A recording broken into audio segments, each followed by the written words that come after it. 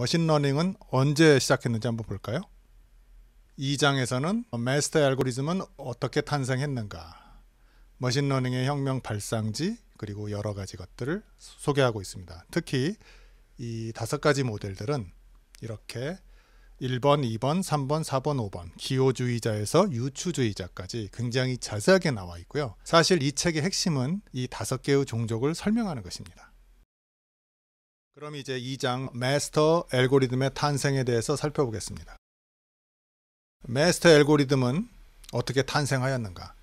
머신러닝의 혁명 발상지를 먼저 보겠습니다. 신경과학부터 컴퓨터과학까지 여러 가지 학문에서 동시다발적으로 발생했는데요. 신경과학을 한번 볼까요? 신경과학은 뇌 작동 원리를 모방했습니다. 뇌는 맡은 기능과 상관없이 같은 학습 알고리즘을 사용합니다.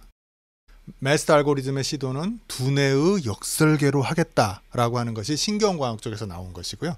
진화론을 한번 볼까요? 진화론은 생태계의 자연선택을 모방했고요. 자연선택은 컴퓨터 과학자에게 반복 탐색 기법과 비슷하고, 진화는 알고리즘이라고 정의할 수 있습니다. 그래서 첫 번째와 두 번째 계속해서, 첫 번째로는 두뇌를 역설계하겠다, 두 번째로는 프로그램을 진화할 수 있게 만들 수 있지 않을까? 각각 다른 시도를 하게 됩니다. 물리학을 볼까요? 보편적인 법칙, 즉 유니버설 포뮬러를 찾기 위해서 그것을 마스터 알고리즘으로 찾을 수 있지 않을까? 마스터 알고리즘이 유니버설 포뮬러가 될 수 있지 않을까? 라고 생각을 합니다. 예를 들면 과학에서 한 분야의 공식이 다른 분야의 공식으로 전용되거나,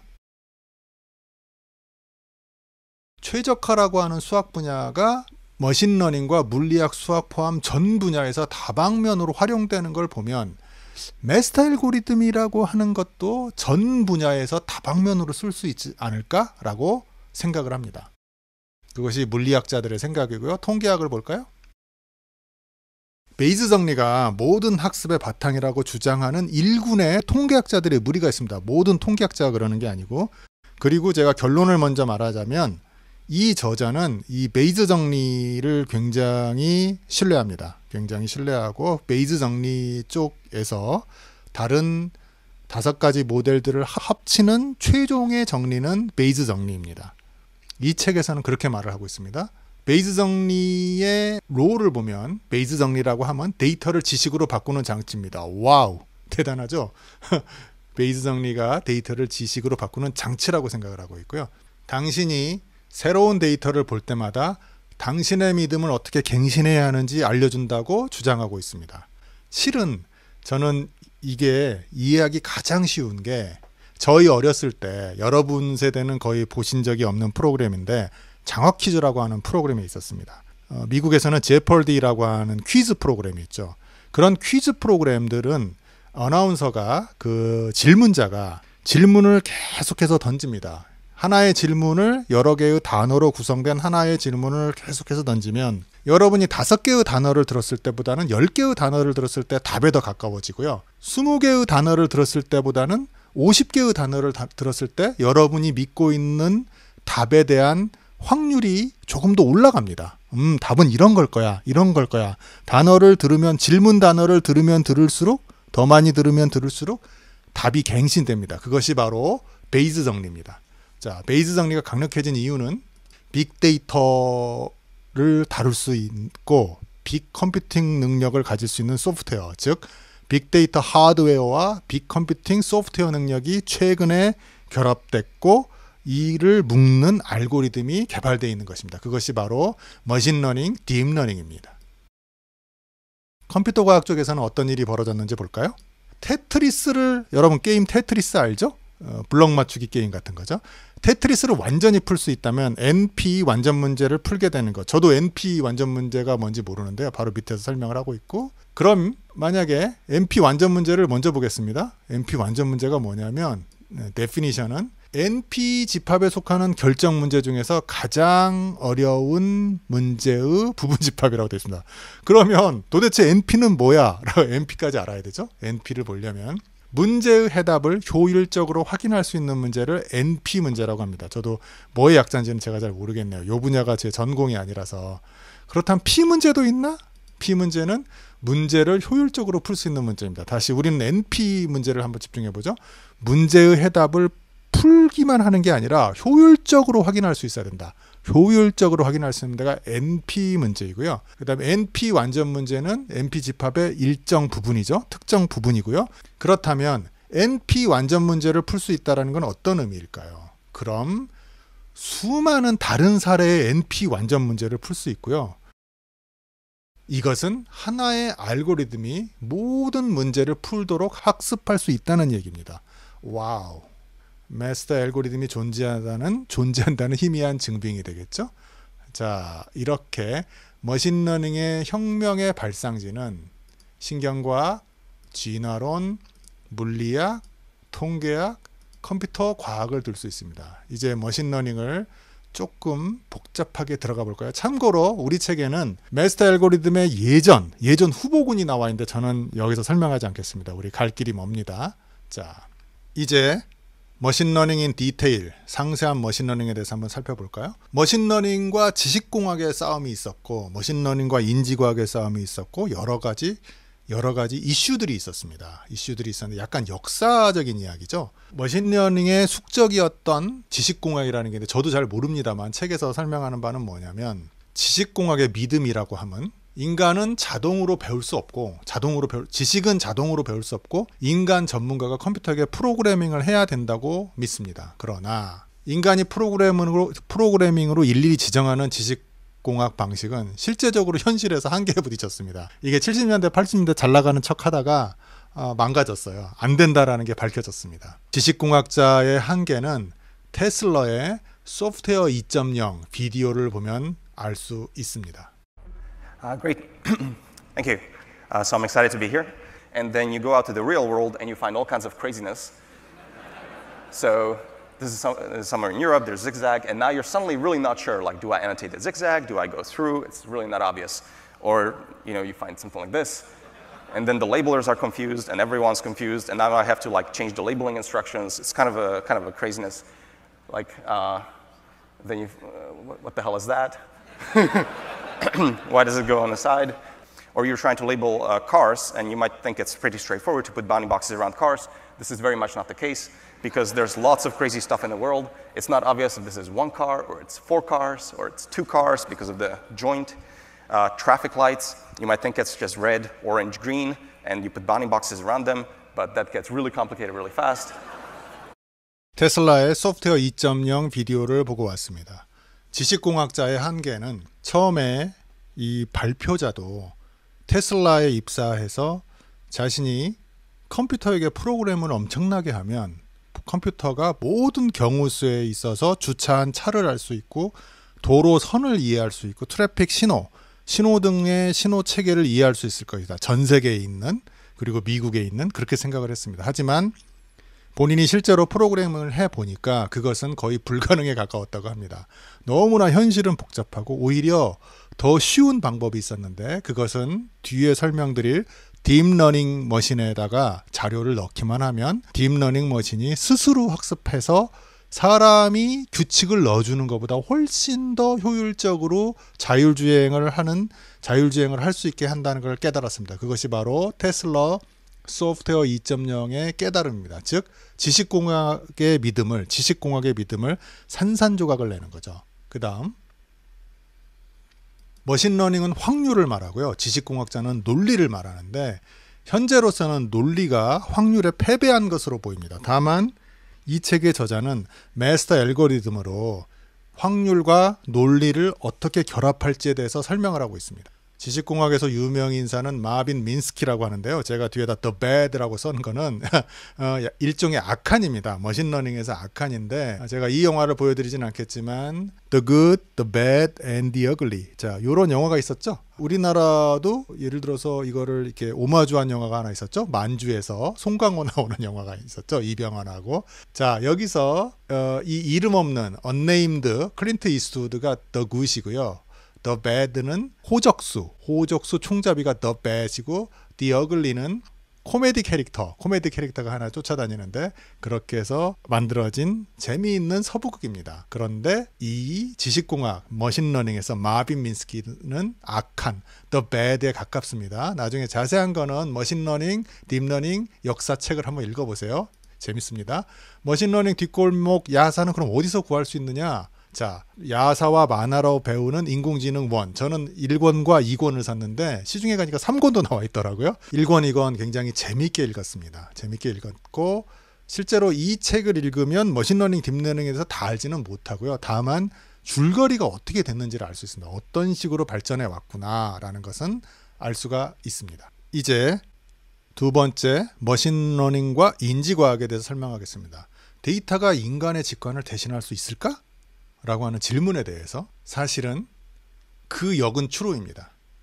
즉 인간의 직관을 데이터가 대체할 수 있다고 저자는 주장하고 있습니다. 과학의 3단계를 한번 살펴볼까요?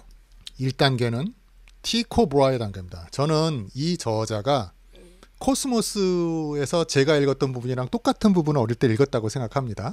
티코 브라의 단계는 데이터를 수집하는 거죠. 많은 별 데이터를 모으죠. 2단계는 케플러 단계입니다. 케플러 단계는 머신러닝 단계라고 할 수 있고요. 경험 법칙을 데이터에 끼워 맞추는 거죠. 그리고 데이터를 돌리는 거죠. 빙빙빙빙빙빙.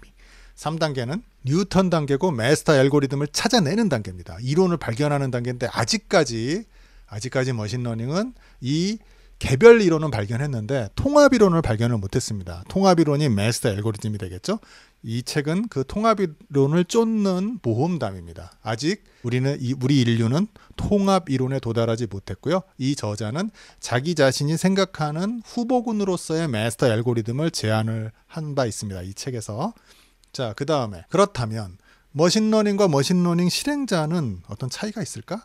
머신러닝의 역사에는 간단한 알고리즘이 매우 복잡한 알고리즘을 이겨온 사례가 있습니다. 예를 들어서 디시전 트리, 의사결정 트리라는 거는 너무너무 간단한 알고리즘이에요. 알고리즘이라고도 할 수 없을 정도로 간단한 알고리즘이고 뒤에서 설명할 텐데 그런데 그것이 발전을 해서 엄청나게 복잡한 일들을 해냅니다. 즉 머신러닝의 역사에는 간단한 알고리즘이 매우 복잡한 알고리즘을 실제로 이겨온 사례가 무궁무진합니다. 그래서 저자의 아이디어는 많은 알고리즘의 수백 가지 변형을 시도하는 것보다 단 한 가지 알고리즘의 수백 가지 변형을 시도하는 게 낫지 않을까? 여기 단 한 가지 알고리즘이라는 말은 단 한 가지 간단한 알고리즘이란 말이죠. 단 한 가지 간단한 알고리즘을 수백 가지 변형을 시도하는 게 혹시나 그게 마스터 알고리즘이 아닐까라고 생각을 합니다.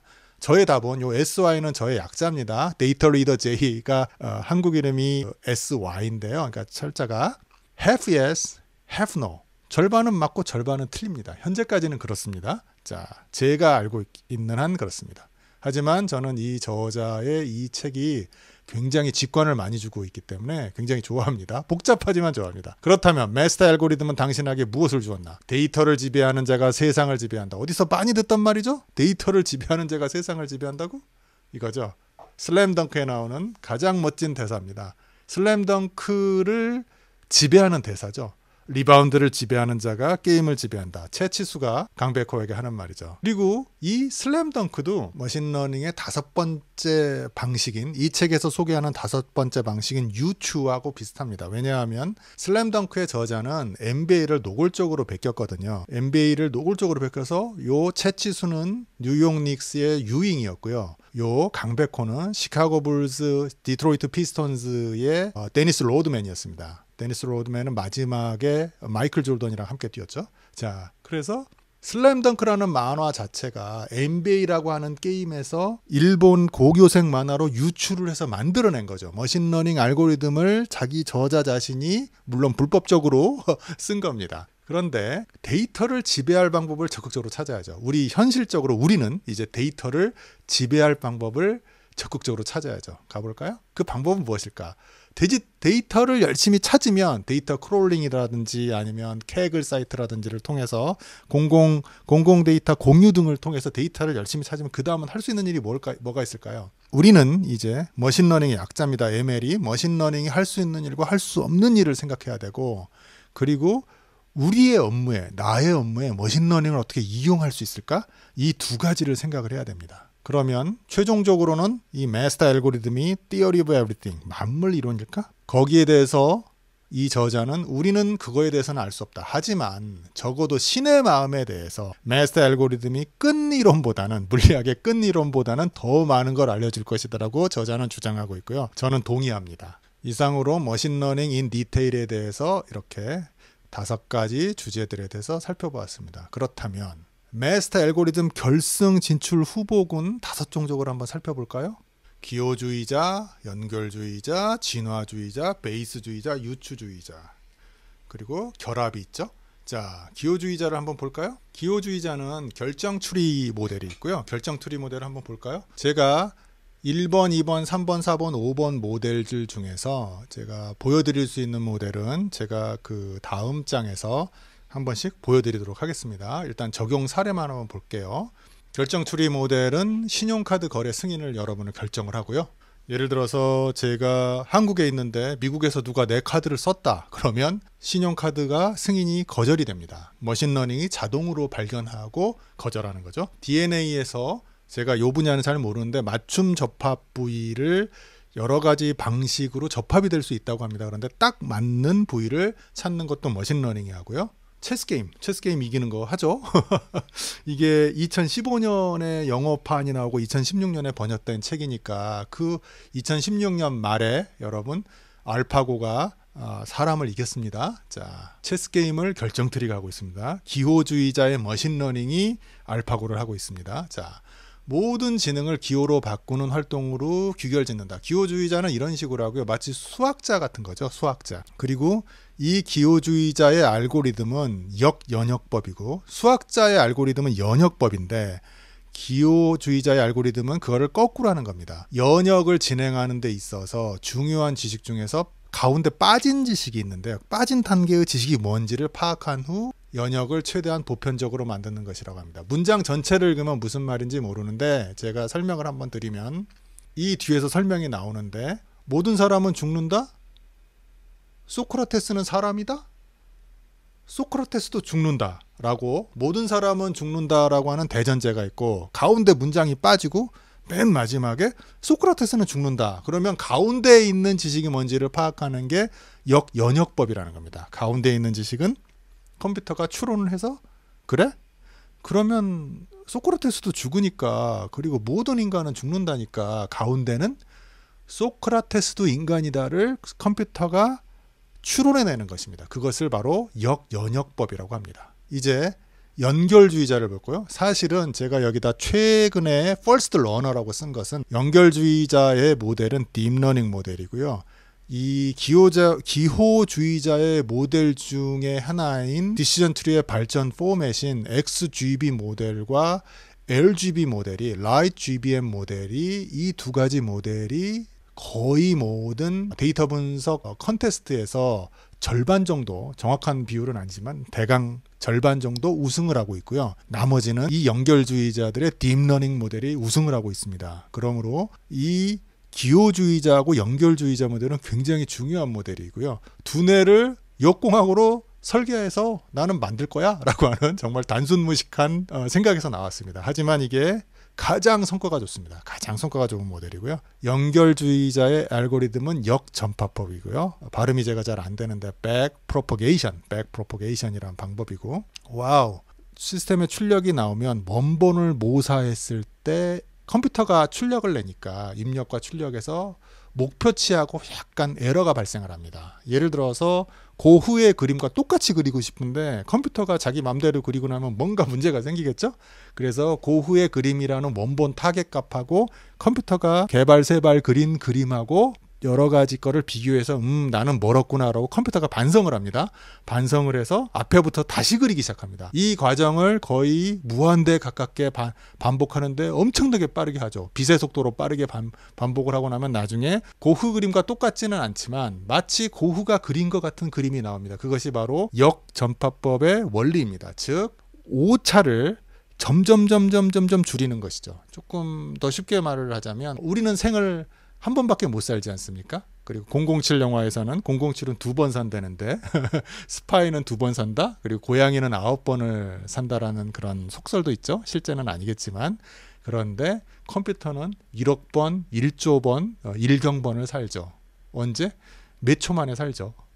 그 빛의 속도로 계속해서 그 루프를 돌기 때문에, 그래서 요번 생이 끝나면 다음 생에 오차를 줄이고, 지난번 생에 못 줄인 오차는 내 모델을 바꿔가지고 더 고치고, 그것이 바로 역전파법입니다. 자, 진화주의자는 모든 학습의 어머니는 자연 선택이라고 생각을 하고요.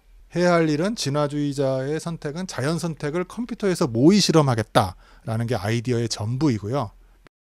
달성하려는 핵심 과제는 학습하는 구조물을 어떻게든 학습하는 구조물을 만들려는 것입니다. 학습하는 구조물은 위에 기호주의자도 최근에는 학습하는 구조물을 만들려고 시도를 하고 있고, 연결주의자도 학습하는 구조물을 만들려고 시도를 하고 있습니다. 즉, 진화주의자의 방식이 성공적인 1번과 2번의 방식에 이미 영향을 미치고 있습니다. 하지만 기호주의자하고 연결주의자는 각자의 방식을 벗어나지는 못합니다. 그런데 진화주의자는 그런 모든 거를 다, 모든 제한을 없애고 생물이 자라듯이, 생물이 30억 년에 걸쳐서 최초의 생명체부터 지금까지 발전했듯이 그런 로직을 컴퓨터에 주고 굉장히 짧은 시간 안에 돌려보는 거죠. 돌려서 최고의 생물체를 만들어내는 것, 프로그램을 만들어내는 것이 진화주의자의 목표입니다. 진화주의자의 알고리즘은 당연히 진화고요. 그 진화를 프로그래밍 언어로 유전자 프로그래밍이라고 합니다.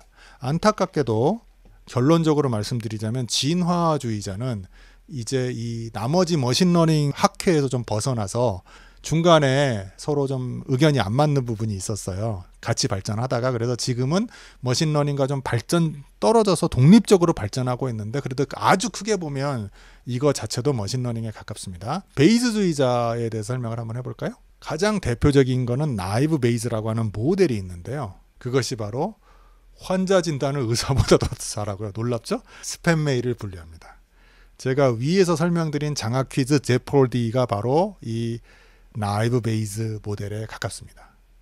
베이즈주의자들은 불확실성에 주목을 하고요. 불확실한 모든 정보를 잘 다루는 것이 과제입니다. 그러면 여러분께서는, 아니, 위에 3개도 충분한 것 같은데 기호주의자나 연결주의자나 진화주의자 이 모델로 안 돼? 이 3개의 모델은 예를 들어서 완전한 정보를 가정으로 합니다. 완전한 정보. 그런데 현실에서는 정보가 굉장히 적게 주어지잖아요. 우리는 불완전한 정보를 가지고 판단을 해야 되는데, 계속 그 장학 퀴즈하고 제펄디 얘기를 하겠습니다. 여러분한테 질문의 문장이 5개밖에 안 들리면 유재석의 퀴즈라고 하더라도 이게 유재석 아저씨가 뭘 질문하는지 잘 모르잖아요. 그런데 여러분이 유재석 아저씨의 질문의 단어를 20개 정도까지 들으면 5개 들은 것보다는 훨씬 더 잘 맞추잖아요. 그거 이런 것 같아, 이런 것 같아.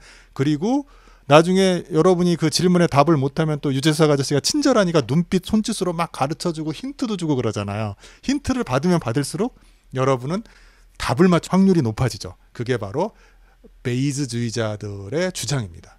불확실한 모든 정보를 잘 다뤄야 되는데, 정보를 받아들이면 받아들일수록 모델을 계속 계산해 나가는 겁니다. 베이즈주의자의 해결책은 확률 추론이라는 거고요. 베이즈주의자의 발음도 안 되네요. 베이즈주의자의 알고리즘은 베이즈 정리 및 거기에 파생한 수식이고요. 제가 결론을 먼저 말하자면, 이 저자가 마스터 알고리즘의 후보 중에 하나일 것이라고 밀고 있는 것도 베이즈 정리에서 파생한 수식입니다. 다만 그것은 베이즈주의자 것만 파생한 게 아니라 다른 5개들을 전부 엮는데 가장 큰 틀은 베이즈주의의 베이즈 정리라는 것입니다. 자, 유추주의자는 방금 제가 슬램덩크 예를 보여드렸죠. 슬램덩크는 NBA를 보는데 일본 고교생의 농구로 바꾼 거죠. 유추를 한 거죠. 그거와 비슷한 것은 최근접 이유찾기라는 모델이 있고요. 최근접 이유찾기 모델은 필기체를 인식하고, 여러분의 필기체를 인식합니다. 제가 미국에 간 적이 있는데, 미국에서 4년 정도 공부했는데 얼기설기 했습니다. 잘하지는 못하고. 미국 애들 필기체를 못 알아듣겠어요. 정말로 못 읽겠더라고요. 그런데 컴퓨터는 저보다 잘 읽는 거는 물론이고, 현실적으로 미국인들보다 현재 컴퓨터가 필기체를 미국인들의 필기체를 인식을 더 잘합니다. 예를 들어서 사람이 필기체를 인식하는 확률은 예를 들어서 95%라고 그러면 컴퓨터는 이미 96%, 97%를 넘어갔습니다. 정확도가. 또 이게서 할 수 있는 일은 로봇 조정도 최근접 이유 찾기가 한다네요. 놀랍죠? 아마존이나 넷플릭스의 상품 추천도 영화 추천도 최근접 이유 찾기가 합니다. 제가 뒤에서 이 모델들을 간단하게 실행이 어떻게 되는지 보여드리겠습니다. 유사성을 인식해서 다른 유사성을 추론한다 라는 것이고요. 또 다른 예를 들어보자면 태양계 모델을 가지고 20세기 초에 원자 모델을 만들었죠. 즉 원자핵이 태양이고 전자가 행성이고 지구나 화성, 목성 같은 행성이라고 원자 모형을 만들었죠. 그것이 바로 유사성을 인식해서 A 모델을 B 모델에 적응하는 것입니다. 그렇게 이런 유추하는 것을 머신러닝으로 만드는 게 유추주의자의 목표이고요. 유추주의자의 알고리즘은 최근접 이웃도 알고리즘인데 최근에는 SVM, Support Vector Machine의 약자인데요. SVM 모델로 돌아가고 있고 SVM은 시간이 많이 걸리긴 하는데 상당히 정확합니다. 저도 SVM을 싫어하지 않습니다. 그리고 이 저자는 진정한 마스터 알고리즘의 자격은 위에 5개 후보군의 문제 기호주의자, 연결주의자, 진화주의자, 베이스주의자, 유추주의자의 문제를 다 해결할 수 있어야 된다라고 감히 주장합니다. 역연역법은 1번의 방법인데 그걸 역전파법 2번의 방법으로 보완하고 또한 그것들을 유전자 프로그램의 3번의 방법으로 보완합니다. 각각의 종파가 쓰는 각각의 종족이 쓰는 머신러닝 종족이 쓰는 그 해결책들을 한꺼번에 어울러서 다 같이 짬뽕으로 만드는 거죠. 정보가 불완전하면 네 번째 베이스 정리, 확률 추론을 더 꽂고 마지막으로는 겉보기에 매우 다른 상황들 사이에서 유사성까지 찾아냅니다. 그래서 결론적으로 5개 후보군의 솔루션을 모두 다 통합할 수 있어야 된다가 저자의 주장이고요. 마스터 알고리즘의 자격입니다. 이를 도식화하면 우리 책에는 이렇게 나와 있습니다. 자, 조금 어렵습니다.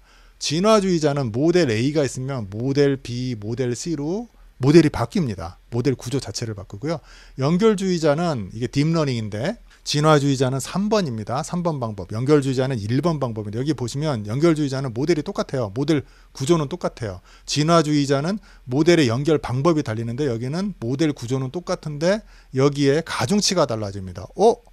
요거는 모델 구조가 달라진 거 아니에요? 아닙니다. 가중치가 이게 0이 된 겁니다. 0. 나머지는 1을 계속 유지하고 있고 여기 보시면 미묘하게 요 두 선분보다 요 선분은 굵어지고 요 선분은 점선으로 되어 있는 거예요. 예를 들어서 이게 0.5, 0.5 가중치인데 이거는 1, 0 얘는 1, 1 이런 식으로 가중치가 바뀌어진 겁니다. 기호주의자는 여기서 시작을 하는데 가지가 새로 뻗습니다. 가지가 새로 뻗거나 가지가 줄어들거나 그러면서 역시 가중치도 달라집니다.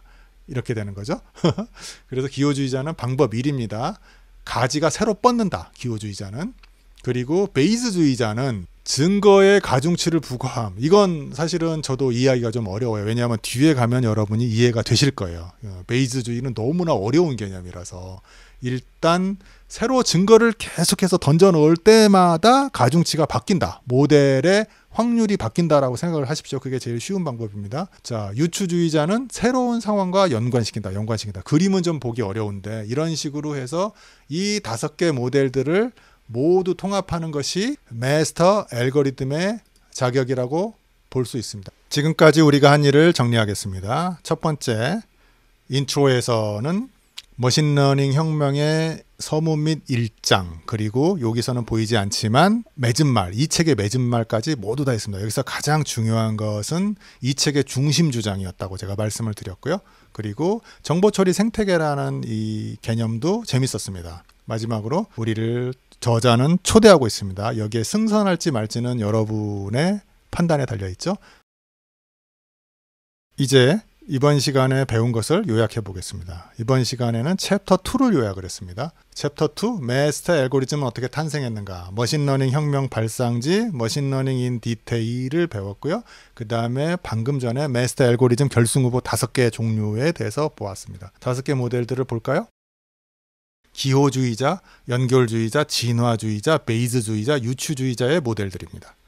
지금은 간단하게 보았는데 이제 다음 강의에서 3장, 4장, 5장, 6장, 7장에 각각 배우게 되고요. 그 중에서도 이 베이즈주의자 4번 장이 굉장히 깁니다.